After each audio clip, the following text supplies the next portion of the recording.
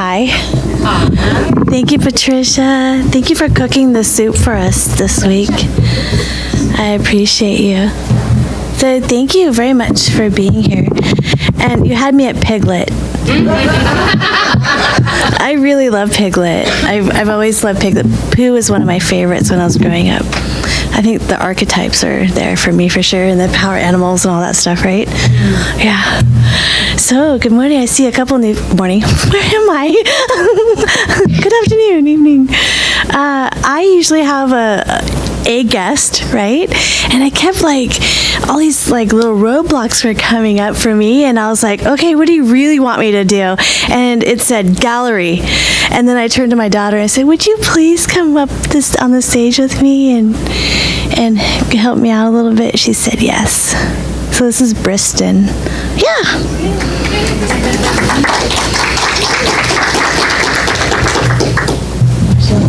Yeah, there's another one. All right. Is it down here? And then Like that? where's the other? Oh, here, let me get the other Steve. This is, I think we can hold it. Yeah. Okay. We just need to make sure that's off like that. That's off? And this is it on now? This, yeah. Is it, okay. Hello. Is it on? Okay. Alrighty. So Briston is my daughter. She's 17 now. She just passed her driver's test today. Pretty cool. She's my 6th of 7 children. So she has, the experience of being the younger but the older. Briston, my experience with Briston so far, do you mind if I share about how I know you? Okay. My experience with Briston is I was pregnant with, I think it was, I've had 10 pregnancies, and I'm thinking it was my 1, 2, 3, 4, it was my 5th pregnancy, or 6th. Sorry, can't remember. It was my 5th. And I had a dream that there was this girl standing in one of those old-fashioned mirrors with a stand on it, the kind that pivot, but they're wooden framed. It was an oval one. And this little girl was standing there in patent leather shoes and this blue dress with lacy frill on the bottom. And I was looking at her, and I was freaked out in my dream even, looking behind me, there was nobody there, but in this mirror was this little girl. And I finally said, who are you? And she said, I'm yours. And I said, oh, well, how are you in there, but you're mine? And she just smiled at me, this sweet little smile. Well, coming up the stairs in the dream were these guys in white jackets, and they wanted to take me away because I was seeing this girl in the mirror, but she wasn't existing. And so some stuff happened in the dream, and I jumped out the window and I landed on the ground into a stack of baby clothes. Someone was having a yard sale or something. Well, the next morning when I woke up in this physical body, I was having a miscarriage. And I was really devastated, really, really devastated. There was something about this pregnancy that was so precious to me. And a couple of years, about a year later, I got pregnant again, and I still dreamed about her. She came to me as this little girl in the patent leather shoes and this blue little dress, and she just smiled at me. She never really talked to me, but she would hold my hand and we would talk to each other. And we would just talk, and she would reassure me, and she was very nurturing to me. And then I got pregnant again, so I knew it wasn't her that I was pregnant with. I got pregnant again, and she would still walk with me in my dream time. And it was this little girl that was somehow my guide. And so I looked to her in my dream time for this loving guidance and this presence of not being alone. I got pregnant again, and I didn't dream about her anymore. So I knew it was her. When I was pregnant with Briston, I was homeless for the entire 9 months. And I had 4 little kids in tow and Briston in my belly. And we were living at the Oregon Capitol Inn, which is now the Meridian, over there on Mission Street. And we kind of lived in cars, the car that we had until it got towed. And then when we could get $40, we would stay there. It was a gnarly place to live, too. So during this pregnancy with Briston, from beginning to end, it was literally how long we were homeless until she was about a week old. And something was very special about Briston. She didn't cry. like ever. 'Cause I'm a G. Because she's a G. That means gangsta. Okay, in 17-year-old lingo. And she was always very present with me. As she got a little bit older, she didn't really talk to people, but she was always with me. She was always standing right here next to me. And one time when she was about 2 years old, she said, "Do you remember when I was your mom?" And I was like, Tell me more. and she continued to, she proceeded to tell me about that, how I kind of walked like that with a stick right here under my arm, and I kind of just walked like that. And how she loved me and took care of me and kept me safe and secure. And I was like, holy crap, we're having definitely a connective moment here. So life proceeded on, and we've always had this thing, you know what I mean? Just this thing about us. And some of you know, and if just a real quick recap of why I do Soul Talk with Jahdaa. It's a radio show that I do on Saturdays from 9 to 11 p.m. on our community radio station here. I've been doing this for 3 years, and Patricia graciously asked me to facilitate this night. And on my radio show, I asked, are you being who you've come here to be? I wanted to know if Briston was. This was 3 years ago. She's 14 at the time. And do you remember when I asked you what you said? You can say. Okay. Well, she said to me, if I knew what I had come here to do, if I was being who I'd come here to be, I'd be done.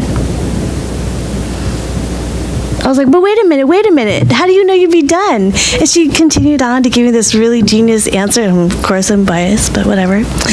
And I wanted to ask you again, because you're a little older, a little wiser, you've experienced a little bit more stuff. So what of it? Are you being who you've come here to be? Yeah. Well, can you hear me? Can you hear? Yeah. No? Okay. Yes. Yeah. No. Yeah.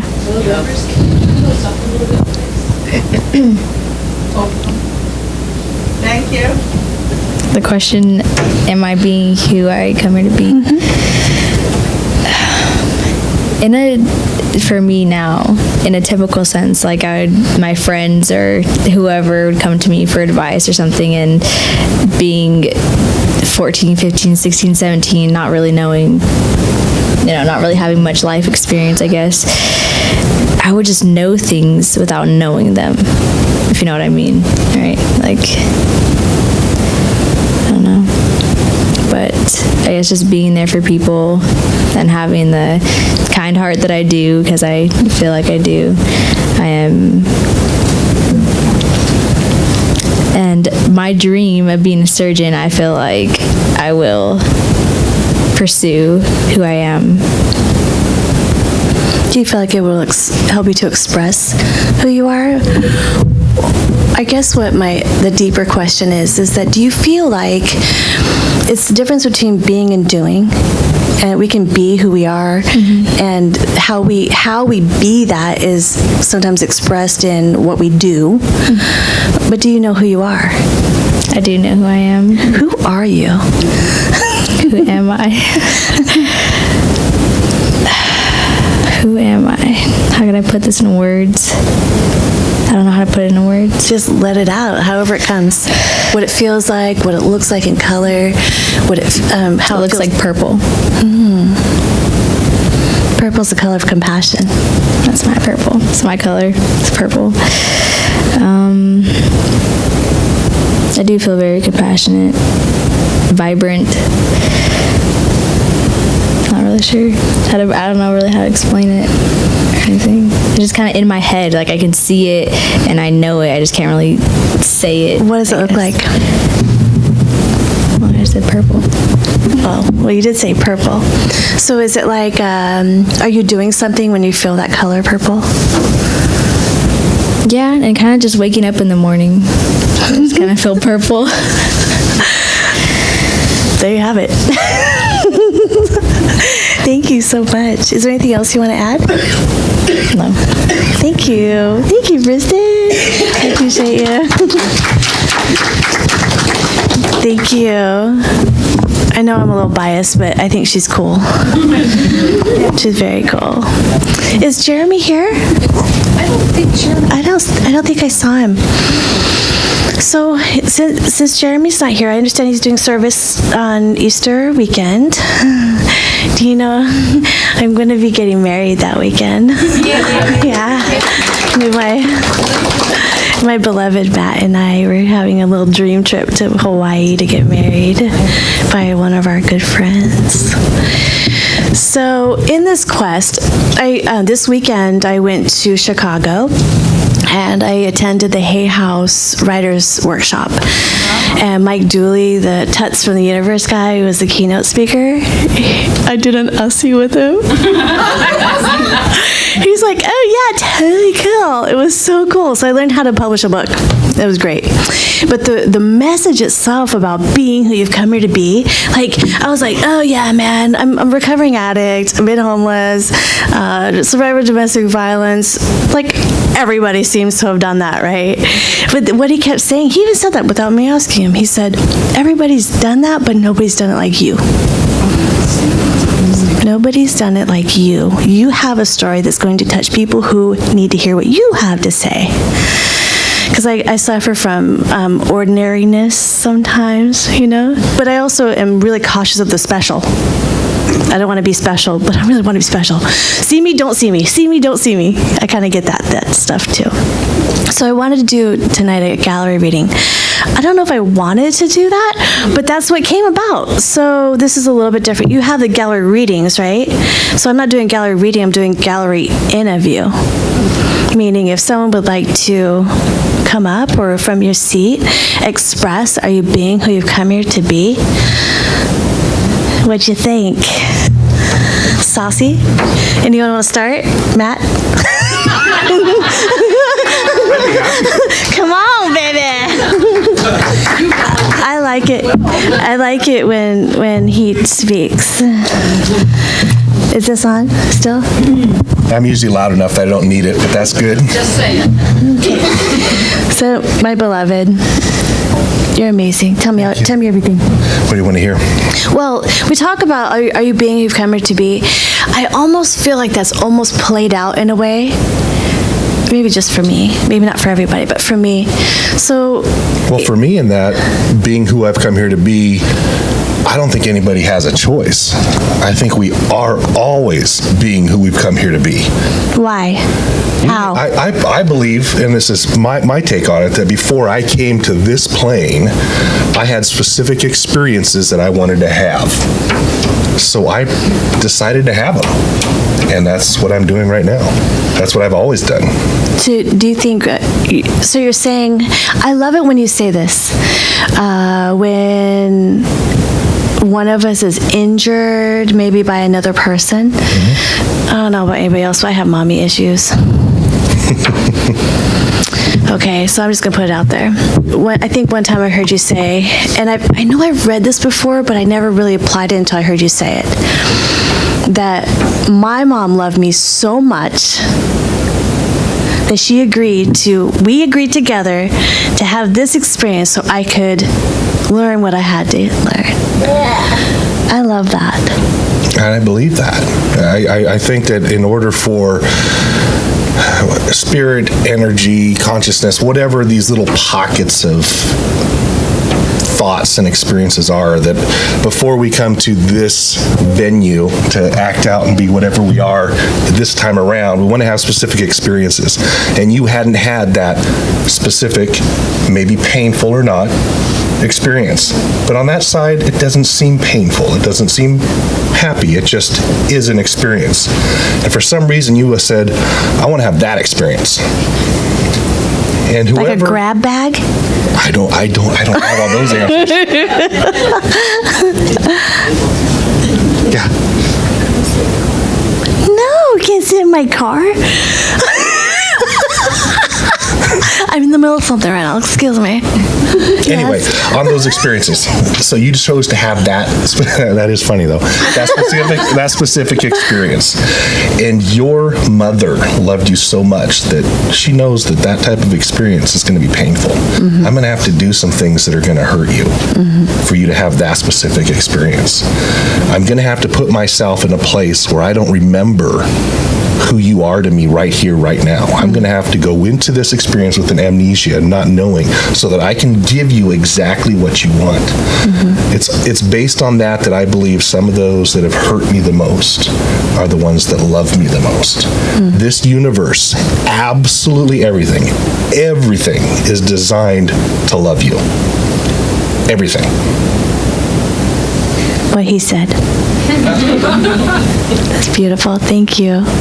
That's some of my favorite work right there, is knowing that everything is for my good. The moment I realized that everything was for my good, I was like, what about that? No, that too. Shit. Yeah, that too. Okay. What about that? No, that's cool. One of my teachers, before he would teach me, he wanted to make sure, it was a 4-year journey with this particular Tibetan Buddhist teacher. And one of the things that he made sure I knew before he would even teach me another dang thing, even not one more mantra, was how make everything with compassion, especially myself. Everything, everyone, every situation, every thought, every, with compassion. And the reason for that is that when stuff comes up, it becomes energy. Powerful energy. And if I'm meeting with compassion, I have the ability to dissolve it and reframe it into mana for myself. And if I'm meeting that with compassion, it becomes that for me. And then I'm able to hold the vibration. He also said I needed to hold the vibration of loving kindness. And I was like, well, what does that even look like? Because I really hate myself inside. And he said, think of a person that you think it has loving kindness coursing through their veins, and all I could think about was the Dalai Lama. And so I was like, okay, how am I going to do this? He didn't tell me how to do it. He just gave me some reference. And what I got to do is I got to watch the Dalai Lama in action and take notice of how I felt when I was watching him in action. And that became a vibration. And that became how I felt. And that was the vibration of loving kindness, because how I felt when he was in my presence, or I've only seen him once live, but only. Just saying. It was pretty awesome. So to have... Bucket list, check. Yeah, I've had many bucket lists checked off. Or, items that, whatever. Loving kindness, vibration of loving kindness, compassion, everything's for my good. These are the things that I am experiencing to be who I've come here to be. The more I've asked the question, I've asked hundreds of people over the last 3 years. Sarah back there has been on my radio show a couple of times. Author, poetess, once? It feels like twice. Okay. Twice. We can do twice. We're going to do twice. I have lots of questions for you after my weekend. So, editor, blogger, world traveler. So I think I'll have Sarah come up next. Come on up, Sarah. Thank you. I appreciate you. I saved this for you. Thank you. It's nice to meet you after being Facebook friends. Hi, Sarah. Hi. You too.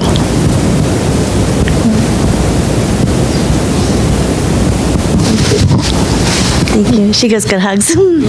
You too. Thank you. So you've had some really incredible experiences, and I know a little bit about your backstory.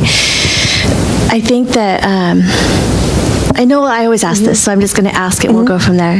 Have you figured out, this is the last time you're on my show, are you being who you've come here to be, or do you know who you are, all that good stuff? Excuse me. Great chili. The last year and a half has been a whole new spiritual journey, and including a lot of what you were just talking to Matt about. And so what I do has stayed largely the same, but what's underneath it has changed. What about that has changed? Learning to see from a soul level instead of just a I'm here right now level from the larger perspective. What can you pinpoint a time or an event? Oh, absolutely. Well, please. Do you feel like sharing? No, I don't mind at all. Okay.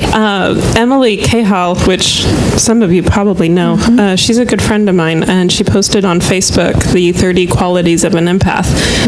I usually don't click on really long stories, and I certainly didn't know what it was, but for some reason I clicked on it, and when I did, I read through them all. About 27, 28, hit the nail on the head.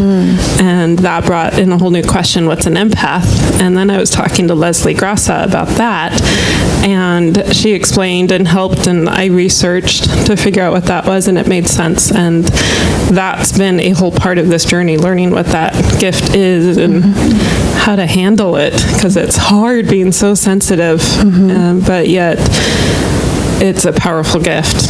It is. And then she also, if you want me to add to the other, the big part of the story was at the end of our conversation, I asked her, is there anything else you sense about me? And she said, after a good minute of thinking, you're an old soul, but not from here. And that's been the last year and a half, figuring out what did she mean by that. Did you find that you wanted to grip your reality as to avoid going into that rabbit hole, or did you just let yourself go? It was a struggle because I was raised in the Nazarene church, Christian church, and then my adult life has been a combination of different groups, and as you know, I'm part of the Quaker church now. So I'm part of a Christian-based church exploring a psychic gift and studying some reincarnation. So you can imagine I don't get to talk about this that much very publicly. So it was a struggle. What do you do? I was already on the edges, plenty on the edges before this, but I realized you have to, at one point, let it go because it all felt right. And I thought, well, as the path goes down, I'll just keep walking. And I really felt God giving me that next step after the next step after the next step. And in fact, my reading list that he has for me, or she, is far longer than I have time for right now. Speaking of reading, has your poetry shifted since you have been on this quest? Yeah, I'm working on a new book, and you can, even the last one, you can see the underlinings of it, the psychic gifts a bit. You can see it in there if you know what to look for. Beautiful. My editor did negate one. He said, don't do that one because that is too far out. You'll lose readers. But it's been that walk as a speaker and a writer. What boundaries do you push for them? What boxes do you push? But also not lose them, because if I went out with some of this stuff publicly, I would lose a lot of people that I could actually help. I think that this is some of our experience. People in this room right here have had that experience where whether they're teachers or facilitators or counselors or in the helping profession, that as soon as they shift into who they really are, who they've really come here to be, not just the obligatory that they are then really afraid of being obsolete or being pushed away, the feeling of loneliness and being the heretic, you know. So proudly, yes. So I don't have a effing problem with that. Thank you.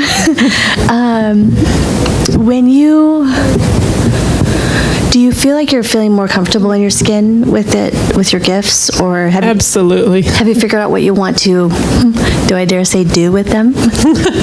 I've been a certified spiritual director for about 7 years, getting close to 7 years at this point, and I love being in those places with people, getting to talk with them about such things in a little more private setting. So that's been a huge part, and continuing to write about it. But I do feel more comfortable in my own skin, especially figuring out the empath thing. It explains a lot. You said something to me about not only being able to feel everything, but also Give back. Yeah. As an empath. Sarah had mentioned to me that there are a couple of types of empaths. I mentioned this before. That not only do you feel everything, but you also can project energy or emotion onto people. That's that's a big responsibility. It is a big responsibility.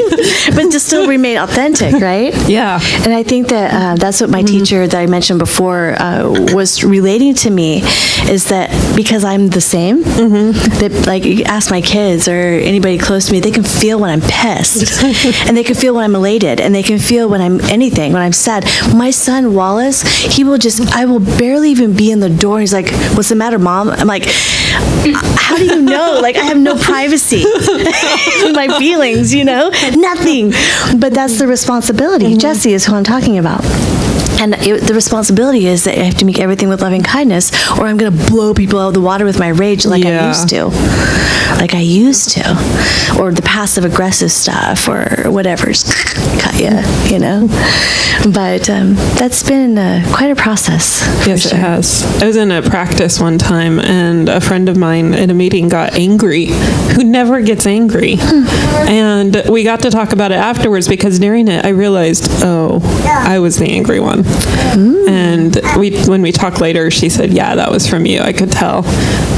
Interesting. And I knew too. So that was my turning point. The final answer of, if you don't learn to train this, it's going to hurt the people you love. Yes, it's true. And I had to get sober to realize I was even doing it. I had to like release substances to even know to know. So it's been a really great adventure.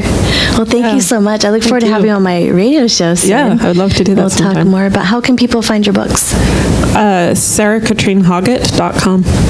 Perfect. I'll write that down for you if you want later. Very talented. Very talented. And there's also Spirit Water Publications, both websites. Thank you. I'll be talking to you about editing.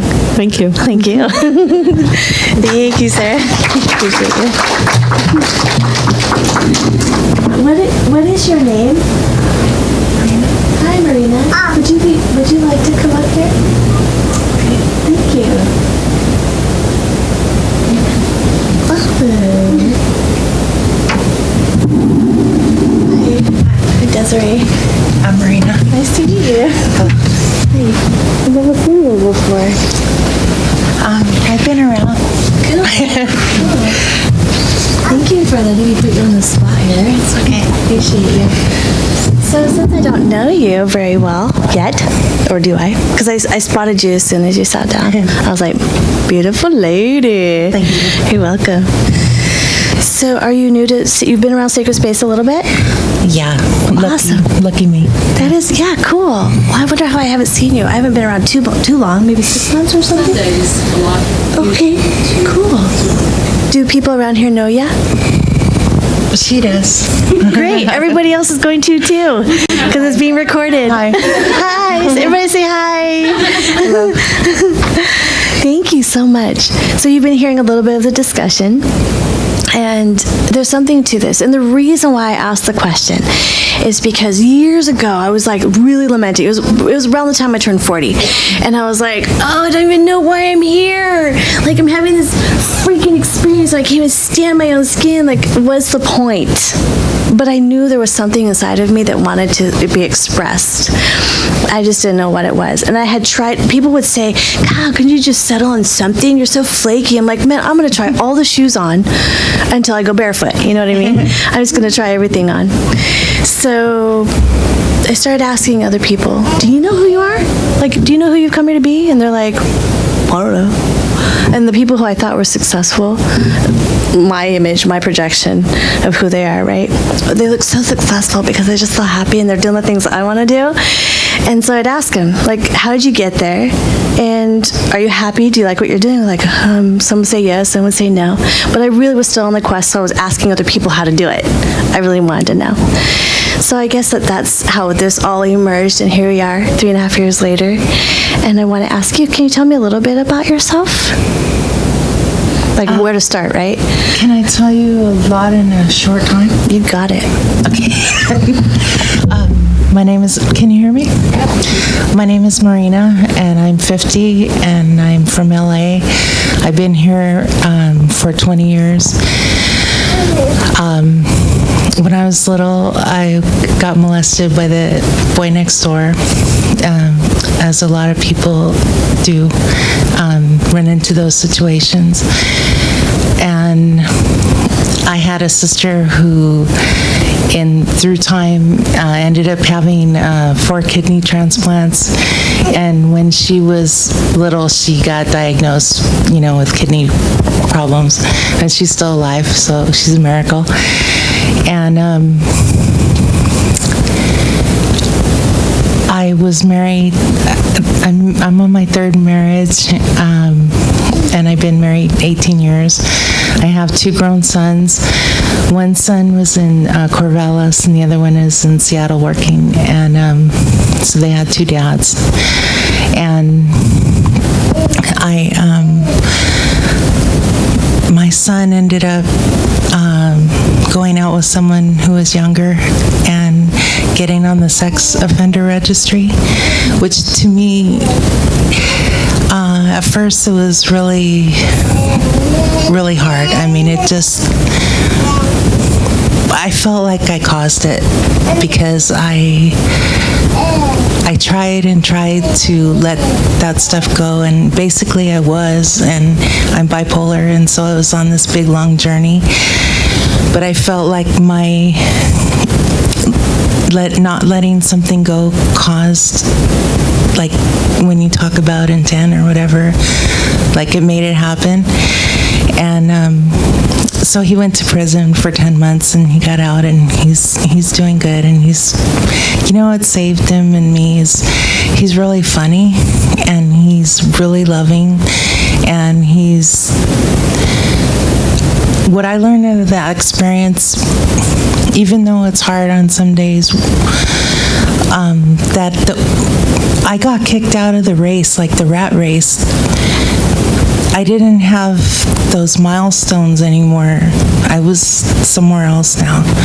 So I just learned that it was about, I love my son, and that's all that matters, really. I mean, because we don't take these labels and these kind of things with us when we die, Mm-hmm. And so, like, I worked for the state of Oregon for 11 years, and right after he got out of prison, and my mom has dementia now, and I left my job.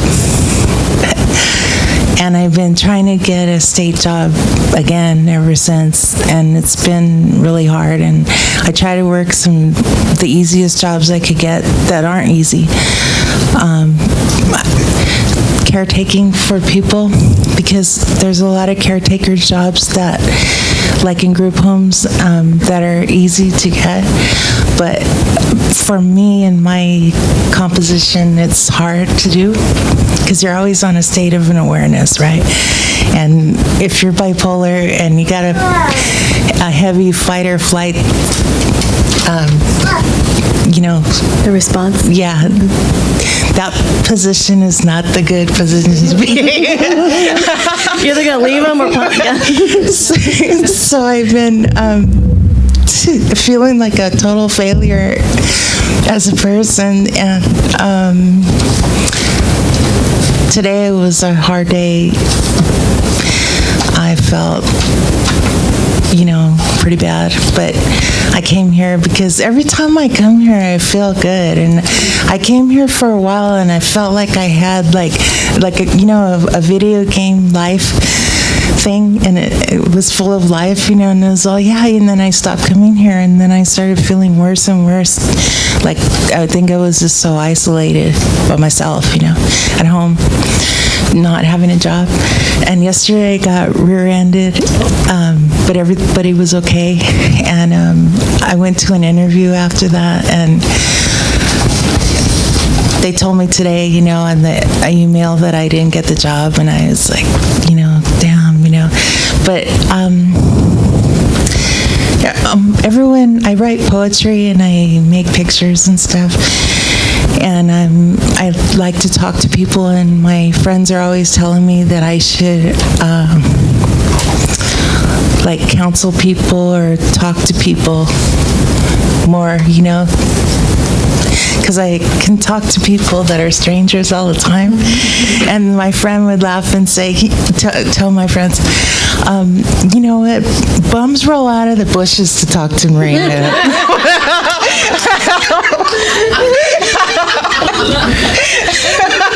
That's awesome. So that's What a my gift. story. Thank you. I'm gonna get a job, I know. What kind of work do you do?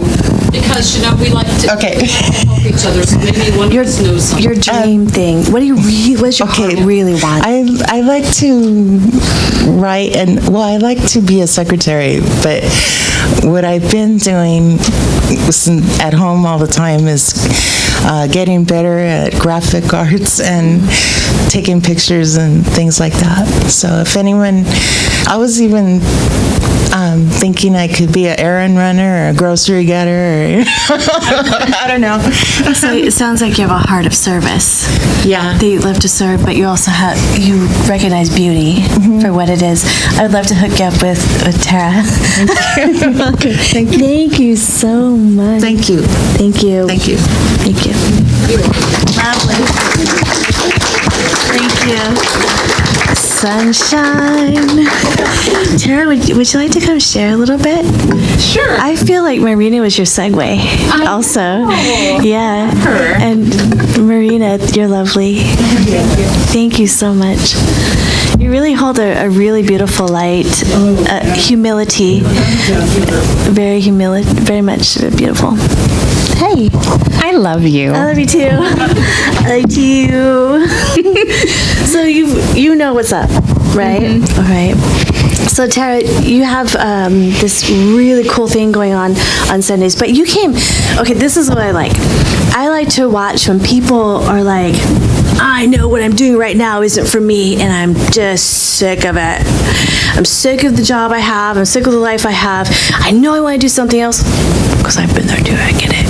I want to do something else. Some of us don't have the courage to do it, right? And we will put the responsibility on everybody else for our miserable existence, right? Oh, if it wasn't for my job, well, leave your job, but I'll struggle with money. Like, do you struggle with money now? Yes. Well, then why not struggle with money doing what you love? I mean, why not, So I love to watch how people, when they take the big leap, and it takes courage. It takes courage, and I've seen you do that. And I would love to hear about how you went from the job you are in, not the one now, or if you are in one now that you aren't living your dream, but did you go from a job to doing art, or was that your passion all along, or how did that come about with the artwork? Oh my goodness. Well, my day job is a 911 operator, and Operator. yeah, and that's that service thing that you were talking about, being an empath, and But my art, that's an interesting story that comes up. Can't wait to hear it. I was in a 21-year marriage, and we were best friends for 15 years, and then he got a brain injury, and it changed completely who he was. And he couldn't drive for a while, so I would drive him to Portland to go to brain therapy, and I would sit there for the 8 hours that he was in therapy, and I got bored. And I grew up in an abusive, childhood too, and a lot of the messages I got as a child was that I wasn't good enough and I couldn't do things right. So I just kind of quit trying to do new things that interested me because it wasn't safe. And so when that came about and I was bored, I'm like, I think I'm going to try drawing, and because it was free and I could do it anywhere. And it just emerged, and I found out I was creative. Everybody's creative. And so I started researching these different things, and what I really learned is what it did for my soul. It wasn't about making something for somebody as a gift. It wasn't about, that's fun, but it was about getting this stuff out of me. And at the same time, I was going through my alcohol issues, and that was my escape. And so I started realizing I could escape with art and not with substance. And so when I went into Serenity Lane and went into my recovery, I ended up teaching Zentangle at Serenity Lane to people who thought they couldn't meditate because they couldn't shut their brain off. So it just evolved from there. So it's something I do when I'm in the middle of my traumatic job. When there's a lot of stress, I draw. That's beautiful. Is there a goal you have in mind with your artwork? Like if you could be anything you wanted to be or do whatever you want to do, what is your, what we say, possible dream? That's funny you say that, because this year, I started this journey with what you were doing with Are You Being Who You Want, who you came here to be. And when I did my vision board for the year, that's what it's about. So that's what this year is about for me. Am I being who I came here to be, and do I know who I am? And part of that is I realized that I love helping people spiritually, and I also love people creatively, and I want to marry those two. And I looked into being an art therapist, and a whole bunch of prerequisites and more school and all that. And I'm like, you know what? I don't need that piece of paper. So I'm doing my own individual study. Awesome. Yeah. I love that. Yeah, and with my studies as a minister, I'm really close to being done with that. I'm just going to marry those two and let it become what it's meant to be. That's awesome. Thank you so much. Thank you. Thank you. Appreciate you. Thank you. I love that so much. I think that, as I mentioned, it takes courage. I had a question to myself, I guess it was last year-ish. And I said, bear with me while maybe we should interview Lawrence. I know, right? Tell me everything you know, because you know more than me. So I wondered if courage was really necessary. Just sit with that for a second. Is courage really necessary? Lawrence doesn't think so. I don't think Lawrence needs courage to crawl along the floor.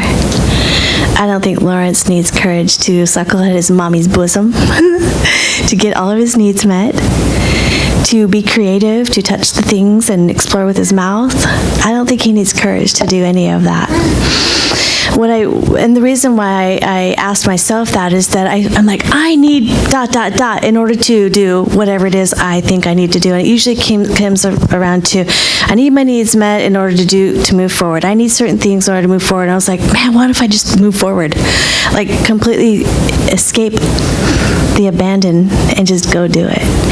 So I wondered if that was included the courage piece. Because if I really have everything I need, ultimately, and everything's for my good, then there's no requirement for courage. I heard once that courage is being afraid but doing it anyway. I kind of like that one. That gave me, I've heard semantics like for the last 15, 20 years of how for me just to feel okay being here on earth. I don't know if anybody else has ever felt like this, so I'm just gonna put it out there, a little vulnerable. I've never felt like I was really from here, Like, I don't know if it's just my escapism thing going on, but I've never really felt like I was from this place, because this is anticlimactic. This is anticlimactic, man. Of all the stuff that's happened to get me here, this is just like bullshit. So I wondered, like, there had to be some kind of purpose for me to be here, and I don't know. I guess things are being revealed. And if we're really in this now moment, this is it. I had to ask myself a few times, like, okay, I looked myself in the mirror and I said, what if this is it, Desiree? What if this is really it? Everything that you've done to this point this is it. This is it. What if you die right this second? Are you going to be happy? Ask yourself that, I know we have time for one more person to come up. Is there what we call in the rooms a burning desire? Rob? Oh, yeah. I take social cues well. Hi, Rob. Hi. Hello, Desiree. Hi, dear. You and Matt are both wearing purple. You know that? Oh, thank you. Oh, we are. Compassion color. Look at us, honey. And gold, because I have gold on my Shekinah. I love you. Oh, sorry. Hi, Rob. He needs to come back up here. When Matt's around, it's hard to see anybody else. That's okay. Hi. Love you too. Okay.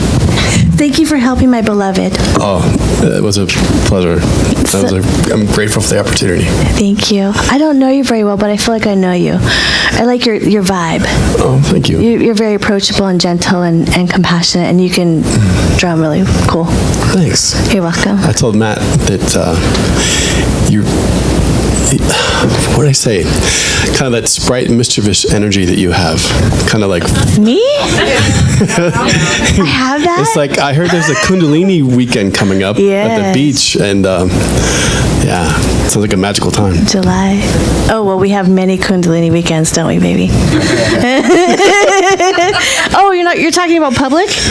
The retreat you're going to lead? Yeah, okay. Got it. No, I'm not going to be Sorry. proud of you. Sorry about that. Okay, back to... Sorry. So, Rob, how are you? How you doing? I'm red. Yeah. The color of Kundalini, by the way. Very cool. So tell our community, tell me about you a little bit. Oh, wow. I know that, I'll start you off. You are a Reiki practitioner. Yes. Yes, and? I was able to give Matt a session. We had the fundraiser for the trip. For the, not just the trip, but the Walk of Hope. And it just clicked at the last minute. There was like a last call for donations. I'm like, I could give Reiki. I mean, it's not something I do as a business. I mean, it's not something that I've really claimed as another way to keep giving. I mean, I give on the side for sure, but it's not my 9-to-5 job. But I was like, I can give Reiki put it in the donation for the session, and Matt won. So that was really neat. And so it's been neat to connect better with him and share some good stories. And That's awesome. So the Tao of Pooh, I have the book, and I love Piglet. Yeah. It's like my fave is Piglet, and Kanga and Roo, kind of cute. So what's the deal with the teaching? What is your background in teaching, and why the Tao of Pooh?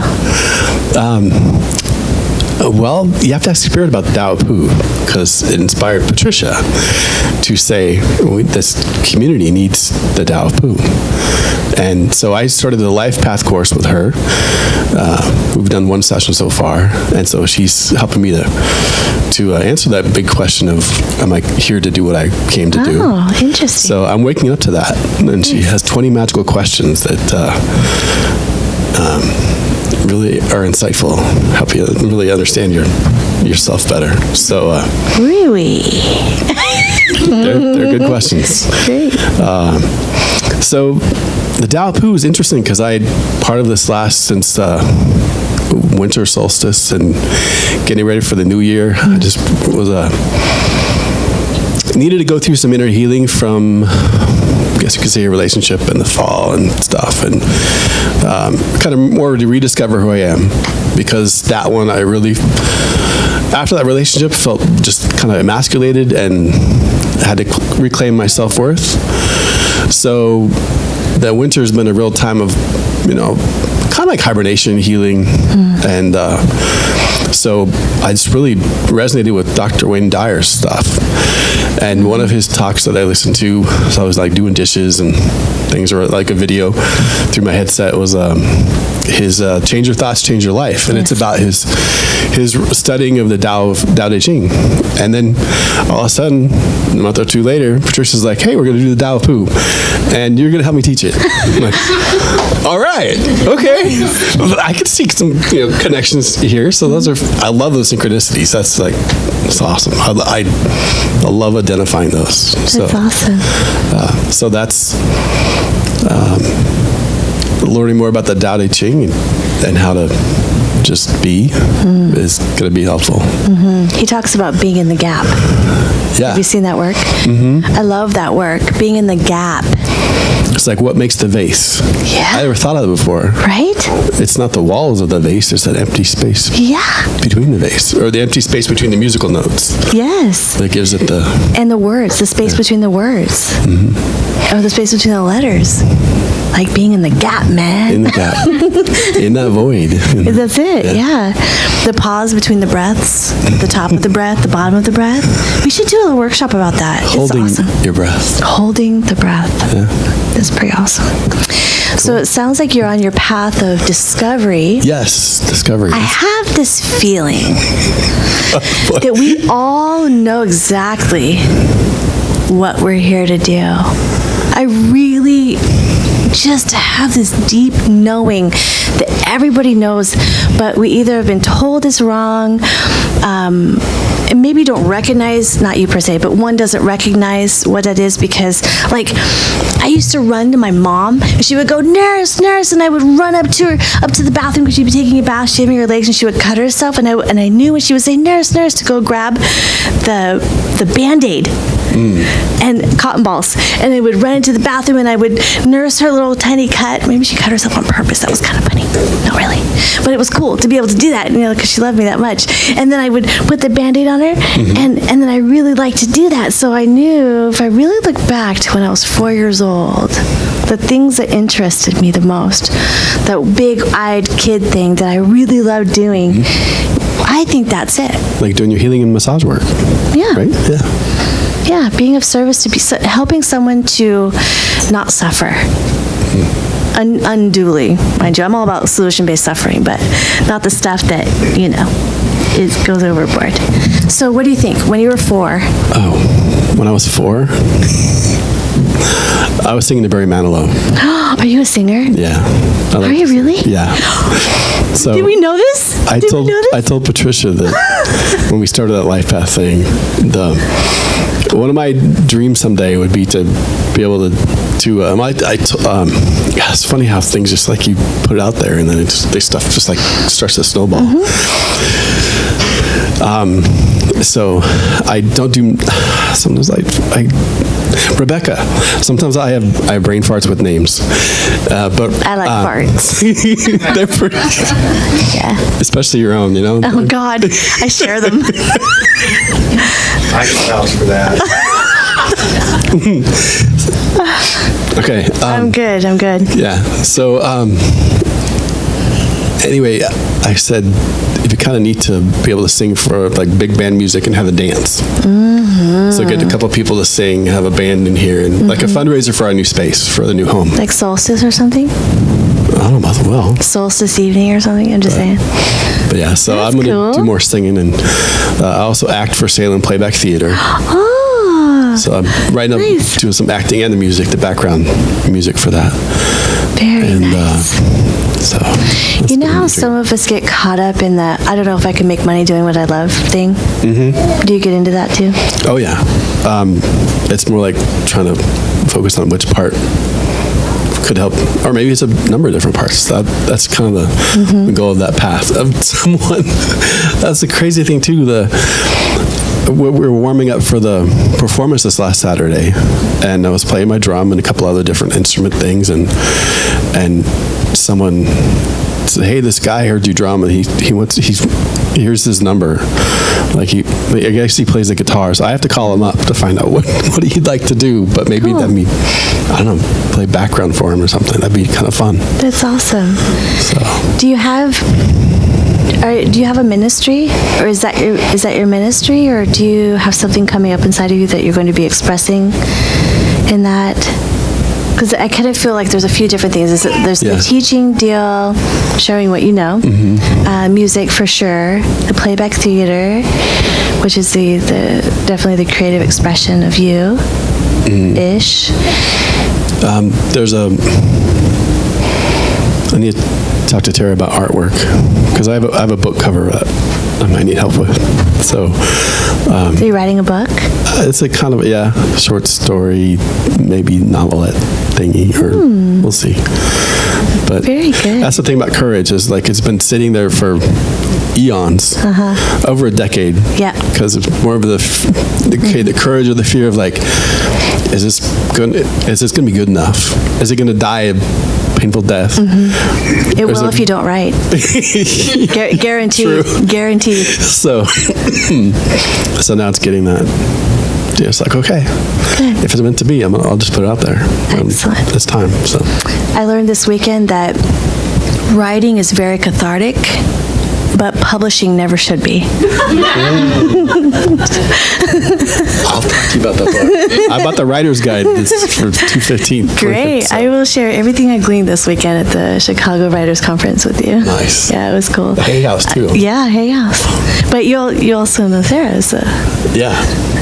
she's an amazing writer. So are you being who you've come here to be? Yes, and I'm waking up to it.